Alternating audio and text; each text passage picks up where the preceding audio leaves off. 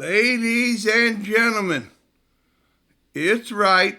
3 days in a row with Jimmy Hart, ladies and gentlemen, on the on the United States High School Champions League, starting 11 or thereabouts. What is up, Kevin? Thanks for having me again. I love being on the starting 11 with you. This is a great show.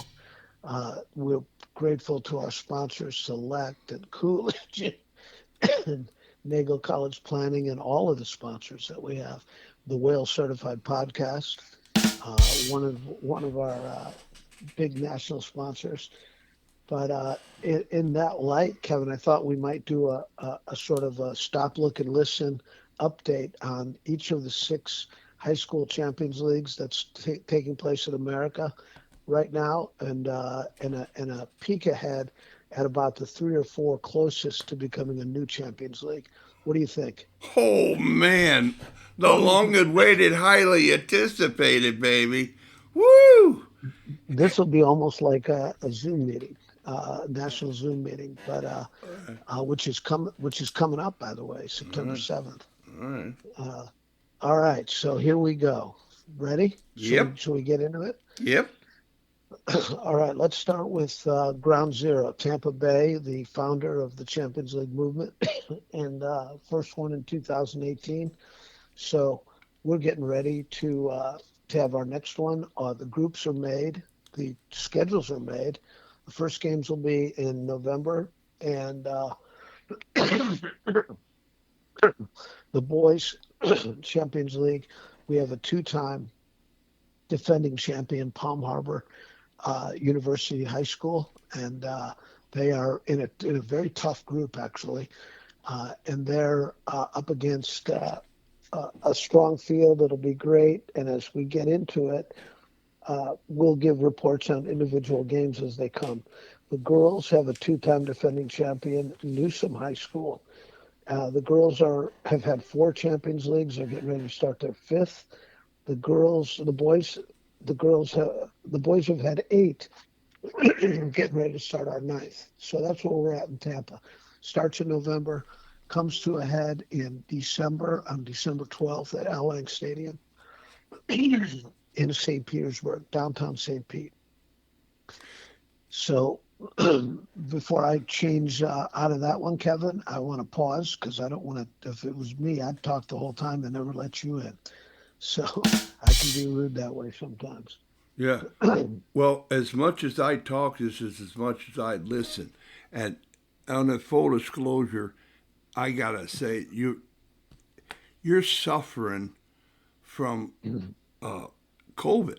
You got a strain of COVID, and Yeah. you are a strong guy that 23 hours a day you're laid back and down and up, but you find the time to talk about high school soccer. Well, that's right. Well, anybody that's been infected by the bug like you have, like I have, like all of the hosts of the starting 11 have, and so many people all over America, they understand that because this is what it is. This is what fuels us. So, so let's push on, All right. shall we, to the second Champions League that started, which is Polk County. The Polk County Champions League started by a guy that you've had on the starting 11 and on the Whale Certified Podcast, Chris Crawshaw, Mulberry High School coach. Soccer Uh, family. Soccer family. yes, yes, yes, with such a great story there. And so they're getting ready to start up. They started, like I said, in 2019, but they've got their 24 high schools in Polk County are divided into three divisions: first, second, and third. They have promotion and relegation. Within those divisions, you've got a story of collaboration among every single coach in the county. It's really an amazing story, and it's a model for the rest of the country to follow. You've got the weaker teams playing against each other, so you don't have as many blowouts. You got the strong teams playing against each other, so you got great competition. And then you got something to play for, which is promotion, and something to avoid, which is relegation. It really gives meaning to the every game of the season. And then, of course, they have a knockout tournament at the end of the year as well. And coming on the scene, which I mentioned to you yesterday, this year is what we're calling the War on I-4. And the War on I-4, so I-4, Interstate 4, connects Polk County and the Tampa Bay area. And the Polk County champion, the Polk County High School Soccer, High School Champions League champion, is going to play a game against the Tampa Bay champion. And so that's coming this year. It's the first instance of interregional play in the High School Champions League in America. We're very excited about it, and we'll keep you guys posted on it. So that's the Polk County report. Wow. He didn't understand when I said, "Hey, Polk Sally Annie, grab you by the green." Yeah, he didn't know what that was. Not an Elvis fan. All right. Okay. All right. Let's go on to the next two that came in the door, which was St. Louis and South Florida. Let's take South Florida first. So South Florida is getting ready to start their third Champions League. Still only boys, no girls Champions League there yet. There'll be 24 teams. South Florida is a gigantic geographic and population area, 6 million people. They're covering. John Walsh of St. Thomas Aquinas, head coach in Fort Lauderdale. He runs the Champions League down there. And they've extended all the way down to Key West. Key West High School played in the Champions League last year. It's pretty amazing if you go down and look at a map and you realize what a commitment that is. That's a long drive for them to make. But they're getting ready to start their third, and they've got some of the best soccer in America taking place. Wow! If you've ever studied Miami and the soccer scene down there, Miami is if you go into a McDonald's in Miami, the whole menu is in Spanish, and then underneath in small letters are the English translations, and you're in a McDonald's in America. I mean, it is a different world down there, and they play. The game is everything. I mean, the game has such meaning. Those games are so great, and those teams are so great. And then you've got Fort Lauderdale, and then you've got Boca Raton, and then you've got West Palm Beach, and then you've got Key West. I mean, it is an amazing melting pot of brilliant soccer of all kinds, public schools, private schools. It's really something, and I can't wait for the rest of the country to learn more about the South Florida Champions League. Wow. But they're getting ready to start their third, and it's on track. Going to start in November. Man, unbelievable. The commissioner really is a lawyer, and he's everything a Florida law looks like. He's John Walsh. He's everything, man. Gosh. Yeah. You see movies with lawyers like him. No question about it. He definitely does not look the part, but he is the part, and he's the real deal. John Walsh is, and he is also the Dave Wilson of South Florida, in the sense that you know the famous story of Dave Wilson reaching into his own pocket to fund the Champions League for several years. Well, John Walsh is doing the same thing down there in South Florida. God loves John Walsh, man. And if you're not a friend of John Walsh's, you're like you're unfriendable. You know what I mean? And that brings us up to your neck of the woods, Kevin. Yeah. The probably the most, I would say, how do I put this? The most well-known, maybe? No, that's not maybe. But let me put it this way. The finals, the St. Louis Champions League finals that have taken place, both boys and girls, especially on the boys' side, have been the most sensational events of any of the Champions Leagues in the country, I would say.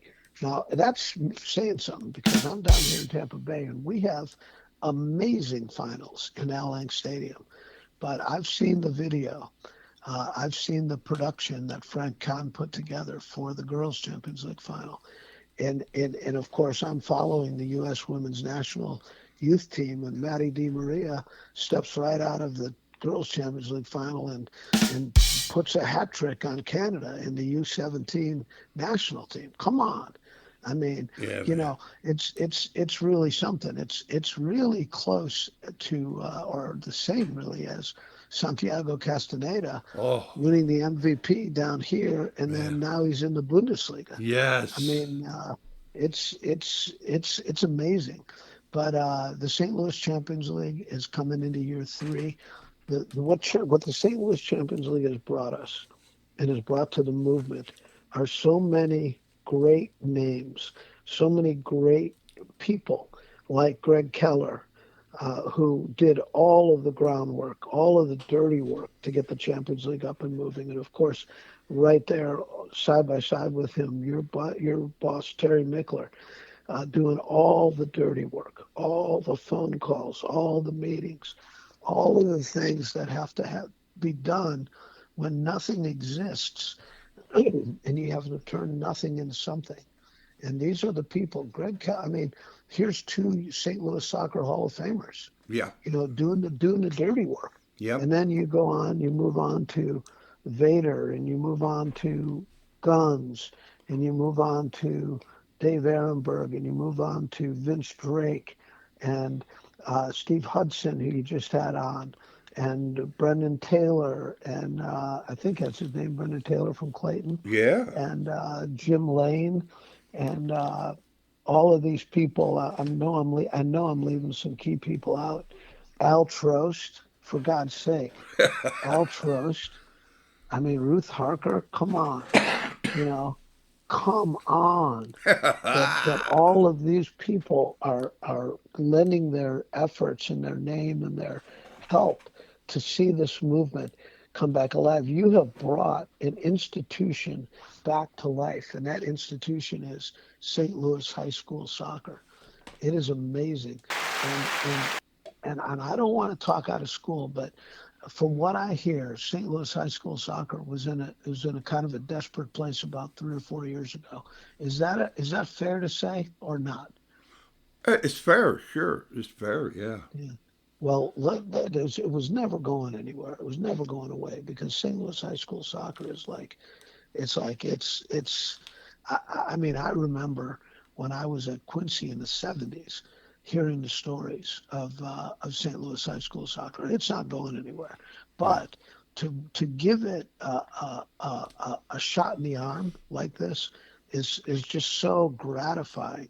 It's so gratifying to the rest of us in the movement Yeah. to know that we can come into a foundational place like St. Louis and make a difference. So What it makes. Go ahead, Kev. yeah, what has happened, it's okay, when you lose, say, a dozen top flight players in the area. Yeah, Okay. you can handle that. For one team. Yeah, it's Right. tough, but that's how it is. Back in the day, the United States Olympic team took high schoolers. Yeah, yeah. Yeah. So anyway, here you go. Now you got the story. It's multiplying. You got, my grandma down the street is getting a Champions League, not a, an An academy, academy. pay to play, No, baby. You know, it is. It and is a scandal. yeah, and so that's taken depleting the rosters, and Yeah. and then you get these kids that they don't play, they play, they leave or ask, hey, you don't have to go home, but you can't stay here, and they Right. and they play a high school for 1 year, and they Right. they lose, they never gain what's happening in the That's it. yeah. That's the true scandal to me.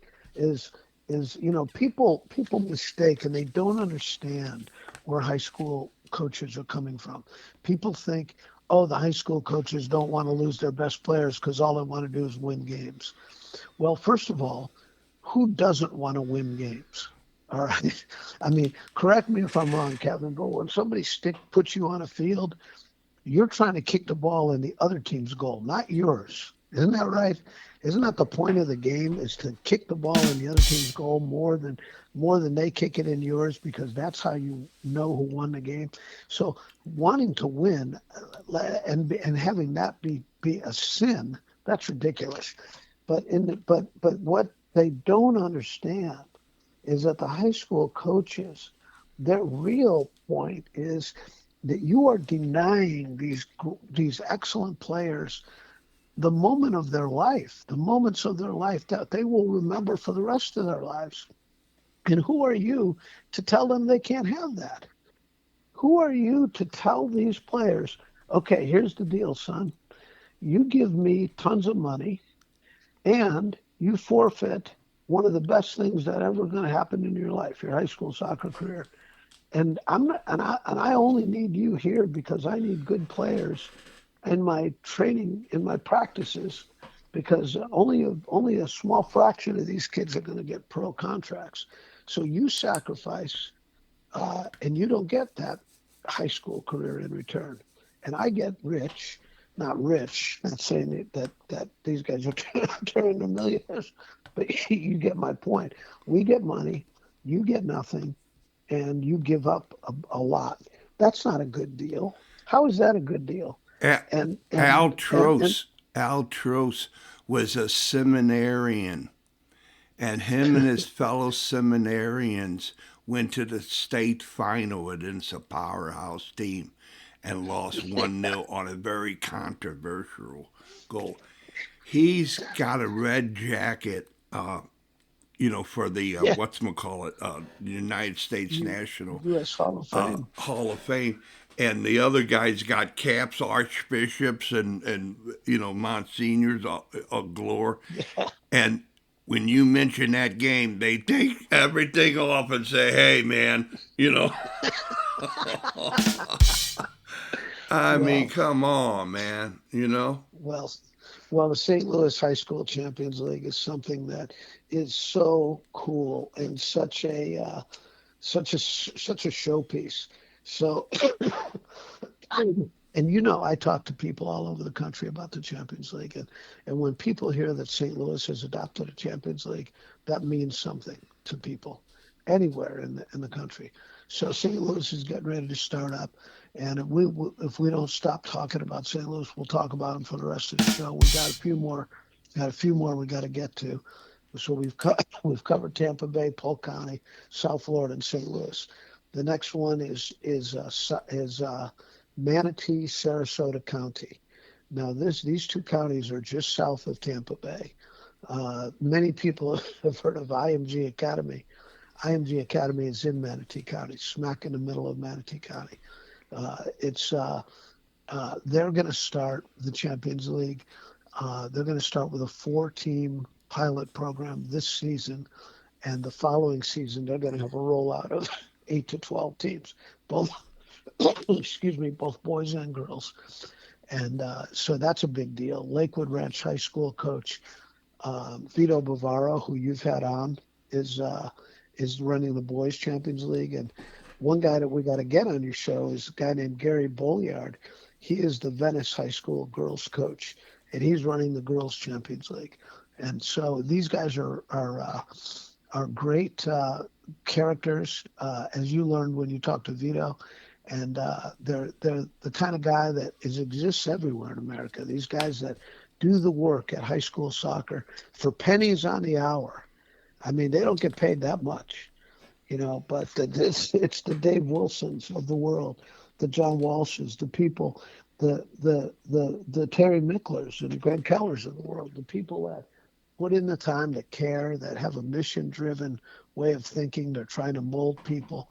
Anyway, we got those down in Manatee, Sarasota County. They're getting ready to start a Champions League. And then the last one is the most newest member of the club is Chattanooga, Tennessee, where we're going to get Chris Cushenberry on your show from Macaulay High School, and Cush is going to be is amazing. When you talk to him, you're going to fall in love with this guy. and they've got a vibrant high school soccer scene in Chattanooga. And people might say, well, Chattanooga, what kind of, that's got to be out there in the sticks, right? Well, no less than Spain, correct me if I'm wrong, but they just won the World Cup, didn't they? Mm-hmm. Their training camp in America was at Baylor High School in Chattanooga, Tennessee. Baylor High School is going to be one of the first teams in the Chattanooga Champions League. Wow. And so, and so that's where Spain did their base camp. Oh my So gosh. they could have been in St. Louis or Tampa Bay or South Florida, but they went to Chattanooga, Tennessee, and took up. They could have been at a college, a pro facility. No, they went to Baylor High School, the world champion. So people need to check themselves if they're gonna if they're not going to give Chattanooga the Because they're appropriate wrecking amount of respect. themselves all across America. Yes, 100%. So that's the story. And those are the six, that's the update on the six Champions Leagues. The ones that are closest right now, Huntsville, Alabama is getting close to the finish line. A recent contender and a very fast movement is the Chicagoland area. You had Mike Stacy on your show just the other day. That's moving in a very positive direction. Dallas Fort Worth is moving in a very positive direction. And those are the ones I would say that are the closest. Kansas City is moving in a very Kansas City. I mean, we are almost ready to cut the ribbon on Kansas City. We just can't say that yet until Chris Lawson gives us a sign off. But as soon as Kansas City starts, we talked about the war on I-4. Well, I know there's going to be an I-70 Super Cup coming soon with St. Louis versus Kansas City. That is, correct me if I'm wrong, Kevin, but that's a natural, isn't it? Oh, I'm getting goosebumps just thinking about it. Yeah. So we're building something here, and we're building a structure. We've got Select Sport America behind us. We've got Coolidge behind us. We've got Nagel College Planning and the Whale Certified Podcast behind us. And we're open for business. Nobody makes money on this. Everybody's a volunteer, starting with our with our national ambassador Perry Vanderbeck and our national technical advisor Tom Byer, and nobody's got their hand out for this. Everybody's giving their hand to lend a hand to make this happen. So, including you, Kevin. So, thank you for that. And that's your update on the high school Champions League scene in America for August 26, 2026. Mamma mia. You know, if you're not a part, some way, somehow, about the movement of the United States National High School Champions League, why not? And if you're not a part, if you don't have a select soccer ball in your trunk or in your closet or down in the basement garage, why not? And I'll guarantee you cannot afford to keep putting off Coolidge.com and Nagel College Planning. I mean, you talk about pennies on the dollar. Holy cow, Yeah. forget about it. If you mention Whale Certified, you get discounts. And and it's a minimal amount. You know, you always think it's going to cost you all this and all that. You say, where have I been? To get on the ground level, to get an edge on the others. And that is a real deal about people. What I have seen since the academy, I have seen the edge being on players who stay in the high school game. Yes. They have an edge over all of those people. There's no doubt. And you talk about Maddie DiMaria. Holy cow, man. She elevated, just like Al George, she elevated her teammates. And her teammates weren't too bad. but Yep. she was the most gifted player. And I'm sitting next to Terry, and I see a ball floating out of the sky, and she just makes a little sound with her shoe for the select ball to hit her shoe, like her toe, and land right in front of her with the defender on her back, and she's guarding them off. And I said, "Oh my gosh." And he said, "Do you realize how many hours of training that took on the fields and in her backyard and everything?" And I said, "That's it. When you're about something, it shows, man. And when you want to get an edge, when you want to walk down that hall and be about something, and if you want to wear the school that forever you're associated with that school, that we just have a guy that is just in their Hall of Fame, you know, because he's a soccer player. Right. Yeah, Right. yeah. And No, he so no, and happened to that's the connection point. he Yep. so happens to sell olive oil, but that's a whole different. Yeah. But Well, he's Kevin, he's let, known.